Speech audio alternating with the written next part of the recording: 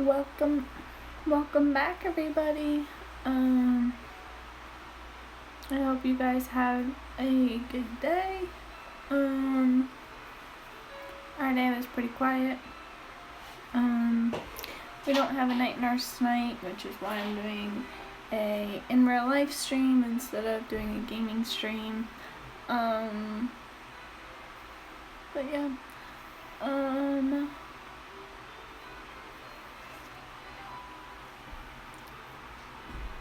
But I'm not really sure what you guys want me to do. I can read, I don't know. Hey Carson, how are you?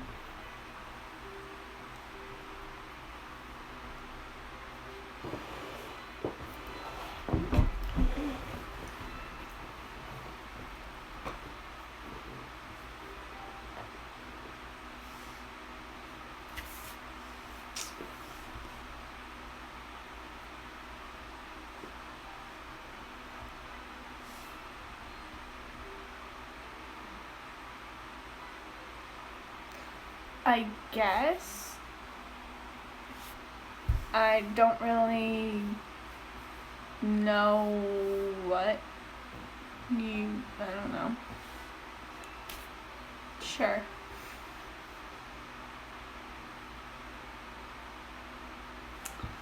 What do you like?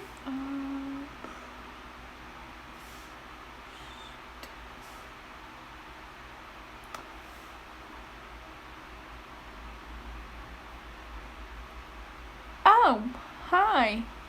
It's been a while. Why do you have a different, did you have to create a new, YouTube account?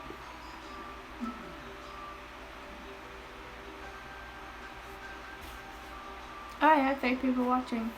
No, I know what spreadsheet you're talking about, Carson.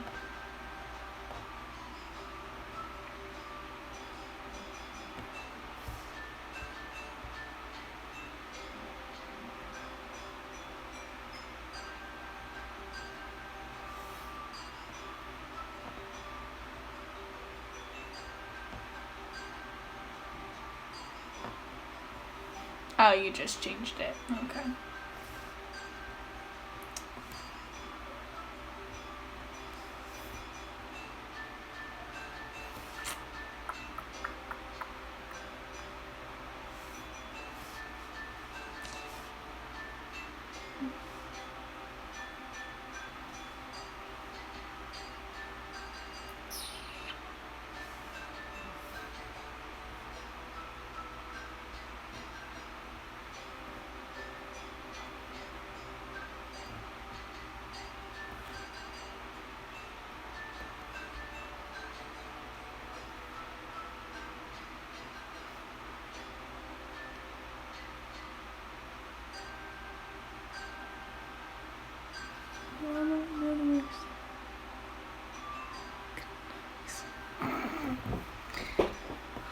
Sure.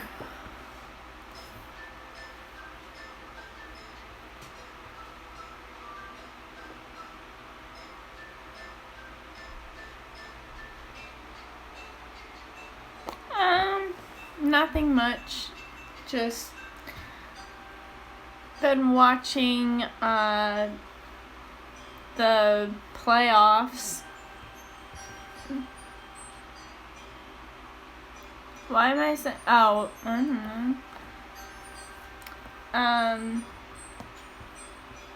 which I've been following Vegas, Tampa, and Colorado. Which I knew Tampa wasn't going to do well. Like, everyone is saying that Tampa was going to be really good, and I'm like, no, they're going to lose in the first round. And why would I be mad at you? No. I know Tampa lost. But I was still watching their games in the past week or so. I knew they were going to, but I was still watching just in case they would surprise me.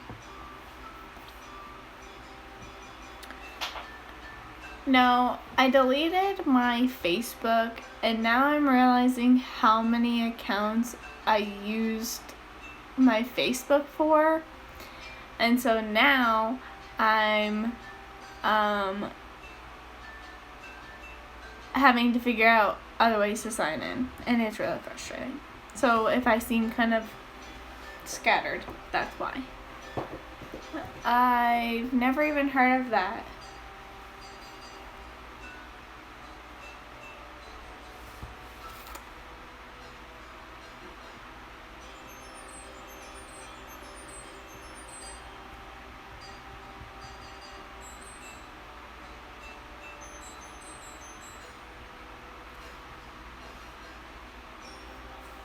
Oh, okay.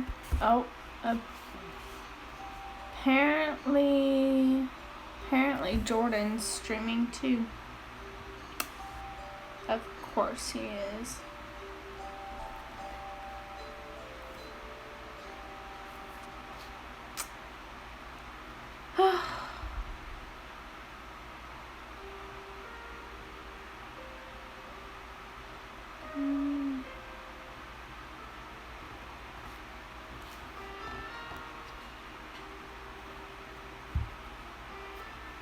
Yuck.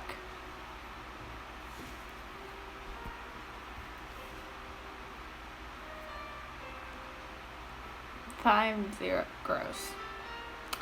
Still doesn't make me like them. Internet is not working.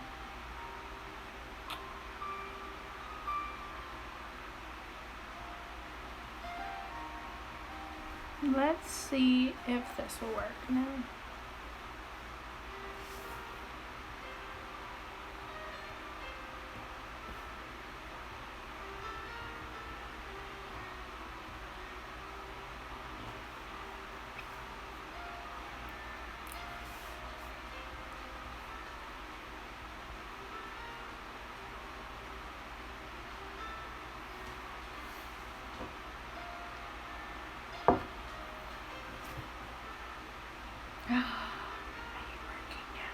Yay! Okay.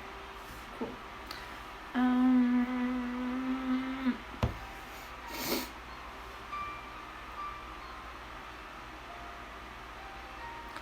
We finally have a night nurse who's gonna be working most nights. But he's not able to work Wednesday this week, so he might be starting. He might be starting to work Wednesday through Saturday next week. And then we have someone who's going to be working Monday and Tuesday, but we'll see. So, what is a game where one team defends a site and it's pretty much like capture the flag, except you're trying to get something into a goal.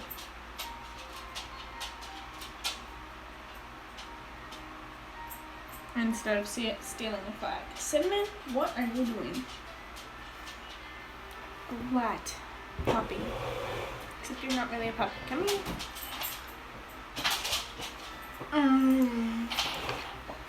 Say hi, Cinnamon. Bless you. This is our puppy. This is Cinnamon. She's not actually a puppy. She's like 10 years old, but I still call her a puppy.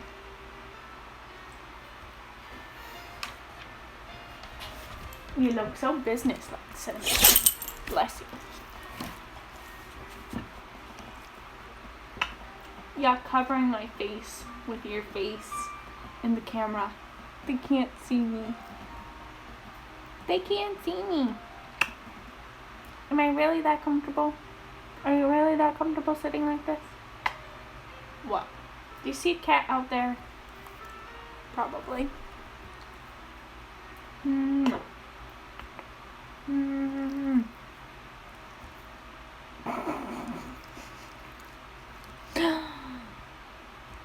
This is a daily occurrence. There we go. Dude, you're a pain. I love you, but you're a pain. There we go. I guess she's just gonna sit on my lap. Oh well, I'm okay with that. She is a Boykin Spaniel Dachshund mix. Huh.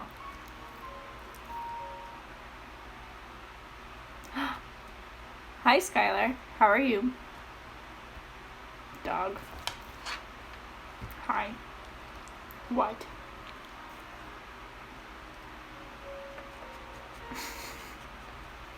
Those are markers. You can't eat those. Are you gonna get down? Or are you actually gonna just sit here? Apparently she's just gonna sit here. Okay. I'm alright. Tired. But I'm alright. I don't know what he wants in me.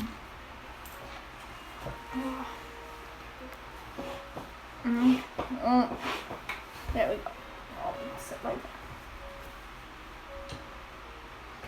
I just got a dog on my lap. Why are you licking me? Stop.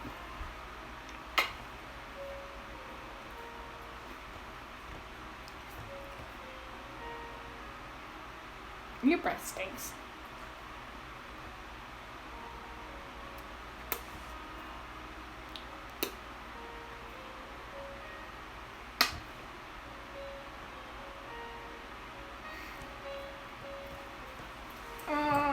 Stop.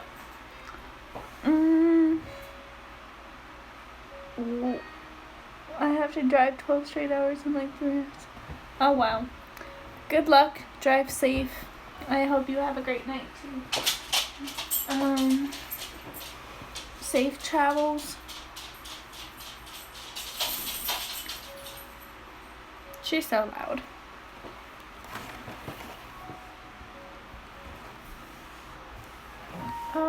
Not what I meant to do.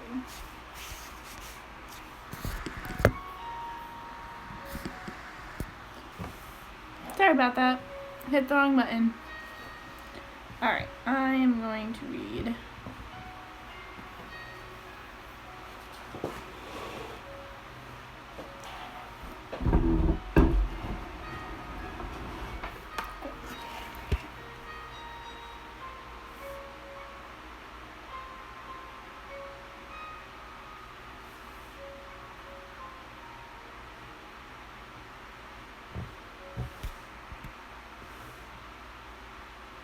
Okay.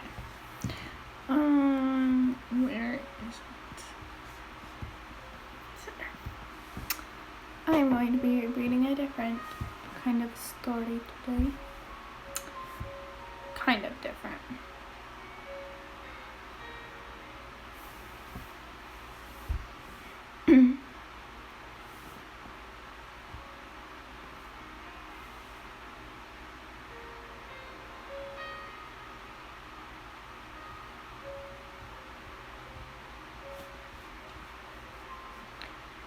Book 1.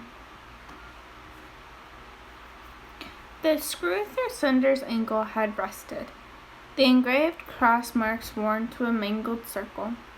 Her knuckles ached from forcing the screwdriver into the joint as she struggled to loosen the screw, one gritting twist after another.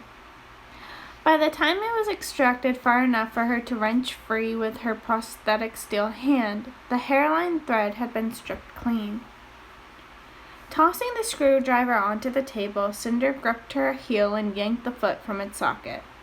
A spark singed her fingertips and she jerked away, leaving the foot to dangle from a tangle of red and yellow wires.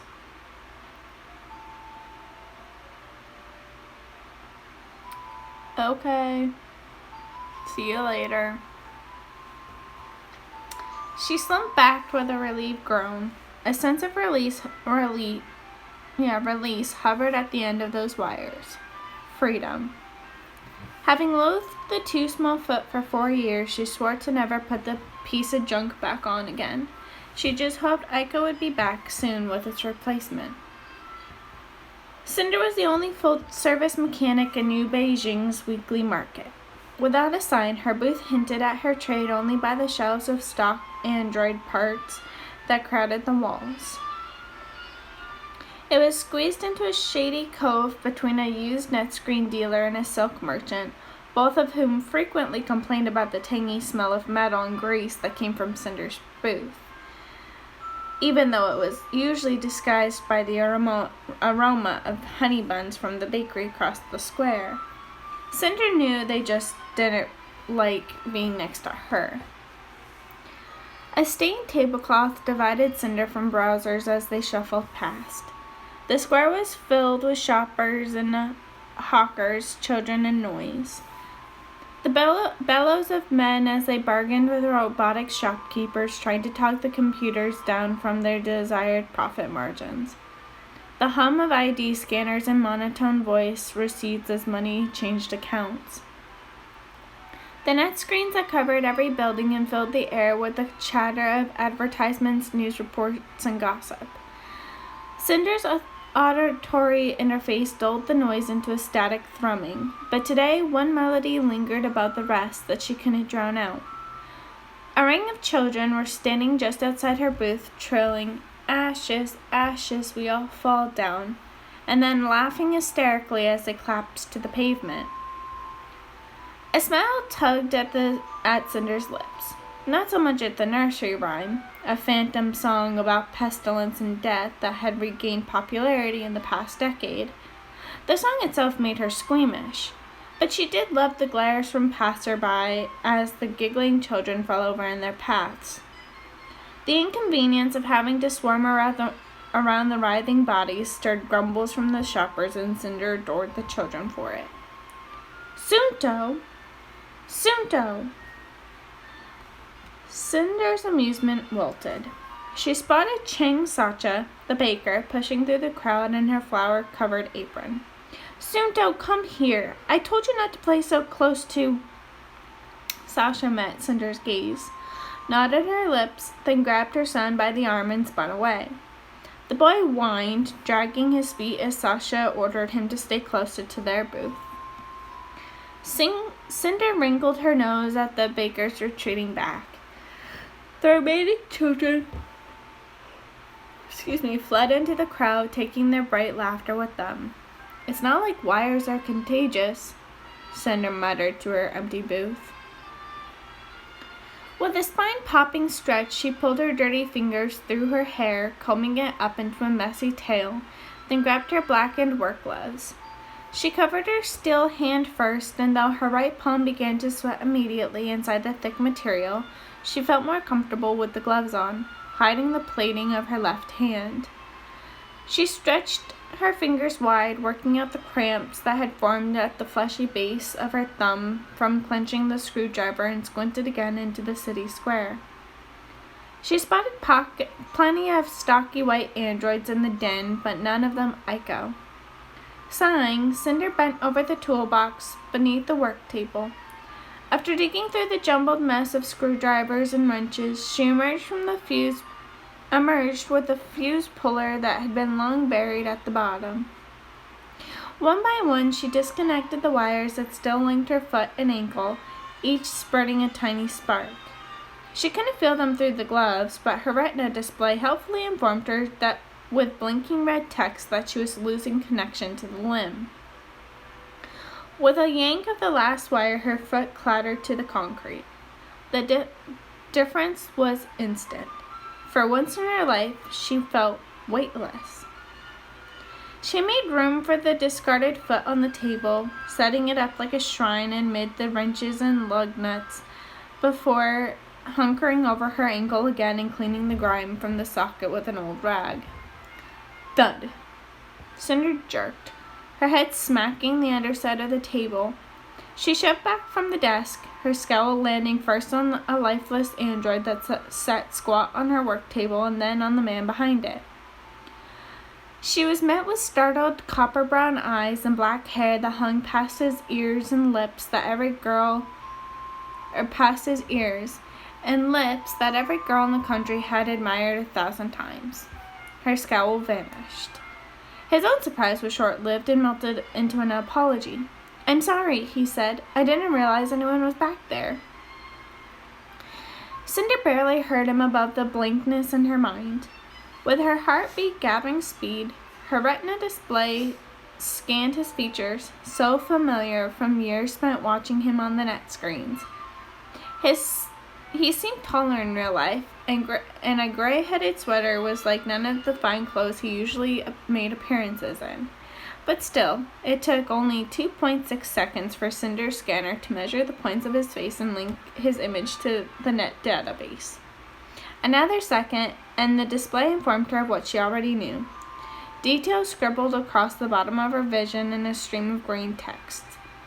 Prince Kaito, Crown Prince of the Eastern Commonwealth. ID number 00827190057. Born 7 April 108 TE. FF 88,987 media hits, reverse chronological order. Posted 14 August 126 TE. A press meeting is to be hosted by Crown Prince Kai on 15 August to discuss the ongoing leishmaniasis research and possible leads for an antidote. Cinder launched up from her chair, nearly toppling over when she forgot about her missing limb. Steadying herself with both hands on the table, she managed an awkward bow. The retina display sank out of sight. "Your Highness," she stammered, head lowered, glad that he couldn't see her empty ankle beneath the tablecloth. The prince flinched and cast a glance over his shoulder before hunching towards her. "Maybe, he pulled a finger across his lips. "On the Highness stuff?" Wide-eyed, Cinder forced a shaky nod. "Right, of course. How can I... Are you..." She swallowed, the words sticking like bean paste on her tongue. "I'm looking for Lynn Cinder," said the prince. "Is he around?" Cinder dared to lift one stabilizing hand from the table, use it to tug the hem of her glove higher on her wrist. Staring at the prince's chest, she stammered, I'm Lynn Cinder." Her eyes followed his hand as he planted it on top of the android's bulbous head. "You're Lynn Cinder?" "Yes, Your High." She bit down on her lip. "The mechanic?" She nodded. "How can I help you?" Instead of answering, the prince bent down, craning his neck so she had no choice but to meet his eyes, and dashed a grin at her. Her heart winced. The prince straightened, forcing her gaze to follow him. "You're not quite what I was expecting. You're hardly what Unable to hold his gaze, Cinder reached for the android and pulled it to her side of the table. "What seems to be wrong with the android, Your Highness?" The android looked like it had just stepped off the conveyor belt, but Cinder could tell from the mock feminine shape that it was an outdated model. The design was sleek, though, with a spherical head atop a pear-shaped body and a glossy white finish. "I can't get her to turn on," said Prince Kai, watching as Cinder examined the robot. "She was working fine one day, and then next, nothing." Cinder turned the android around so its center light faced the prince. She was glad to have routine tasks for her hands and routine questions for her mouth. Something to focus on so she wouldn't get flustered and lose control of her brain's net connection again. "Have you had problems with her before?"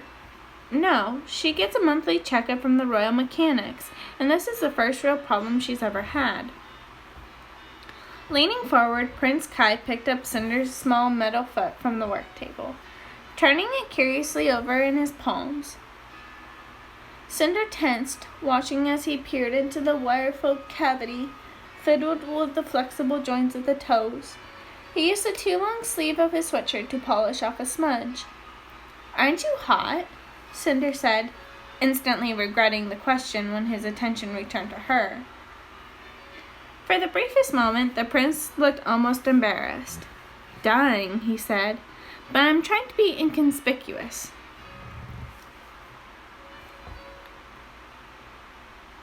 Cinder considered telling him it wasn't working, but thought better of it. The lack of a throng of screaming girls around her booth was probably evidence that it was working better than she suspected. Instead of looking like a royal heartthrob, he just looked crazy. Clearing her throat, Cinder refocused on the android. She found the nearly invisible latch and opened its back panel. Why aren't the royal mechanics fixing her? They tried, but couldn't figure it out. Someone suggested I bring her to you. He set the foot down and turned his attention to the shelves of old and battered parts. Parts for androids, hovers, net screens, port screens. Parts for cyborgs. They tell me you're the best mechanic in New Beijing. I was expecting an old man. Do they? She murmured. He wasn't the first to voice surprise. Most of her customers couldn't fathom how a teenage girl could be the best mechanic in the city, and she never broadcast the reason for her talent. The few people who knew she was cyborg, the better. She was sure she'd go mad if all the market shopkeepers looked at her with the same disdain as Chang Sacha did. She nudged some of the android's wires aside with her pinky. Sometimes they just get worn out. Maybe it's time to upgrade to a new model. I'm afraid I can't do that. She contains top secret information. It's a matter of national security that I retrieve it before anyone else does. Fingers stalling, Cinder glanced up at him. He held her gaze a full 3 seconds before his lips twitched. I'm just joking. Nancy was my first android. It's sentimental. An orange light flickered in the corner of Cinder's vision. Her optobionics had picked up on something, though she didn't know what. An extra swallow, a too quick blink, a clenching of the prince's jaw. She was used to the little orange light. It came up all the time. It meant that someone was lying. National security, she said. Funny. The prince lifted his head as if challenging her to contradict him. A strand of black hair fell into his eyes. Cinder looked away. Tudor 8.6 model, she said, reading the faintly lit panel inside the plastic cranium. The android was nearly 20 years old, ancient for an android. She looks to be in pristine condition.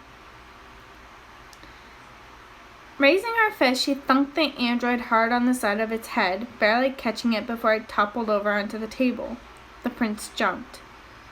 Cinder set the android back on its treads and jabbed the power button, but nothing happened. You'd be surprised at how often that works.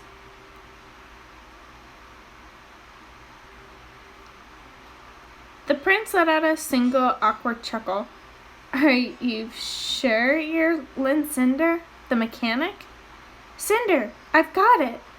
Echo wheeled out of the crowd and up to the work table, her blue sensor flashing. Lifting one pronged hand, she slammed a brand new, steel-plated foot onto the desk, in the shadow of the prince's android. It's a huge improvement over the old one, only lightly used, and the wiring looks compatible as it is. Plus, I was able to get the dealer down to just 600 units. Panic jolted through Cinder. Still balancing on her human leg, she snatched the foot off the table and dropped it behind her. Good work, Aiko. Naeyun Shifu will be delighted to have a replacement foot for his escort droid. Aiko's sensor dimmed. Naeyun Shifu? I don't compute. Smiling through locked teeth, Cinder gestured at the prince. Aiko, please pay your respects to our customer. She lowered her voice. His Imperial Highness. Aiko craned her head, aiming the round sensor up at the prince, who towered more than 3 feet above her. Hold on.